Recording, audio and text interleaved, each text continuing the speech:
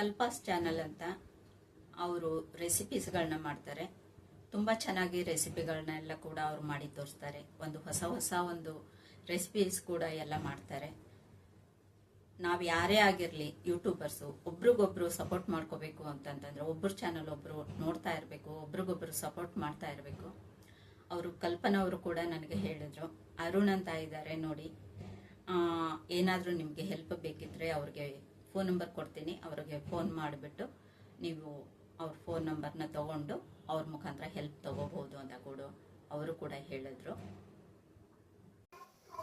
ಅರುಣ್ ಅವರ ನಂಬರು ನಾನು ದೊಡ್ಡ ವಿಡಿಯೋನಲ್ಲಿ ಕೊಟ್ಟಿದ್ದೀನಿ. ಗೂಗಲ್ ಆ್ಯಡ್ಸೆನ್ಸ್ ಬಂದಿರೋದ್ರ ಬಗ್ಗೆ ಒಂದು ವಿಡಿಯೋನ ಮಾಡಿದ್ದೀನಿ. ಅದರ ಲಿಂಕನ್ನು ಇದರಲ್ಲಿ ಕೊಟ್ಟಿರ್ತೀನಿ.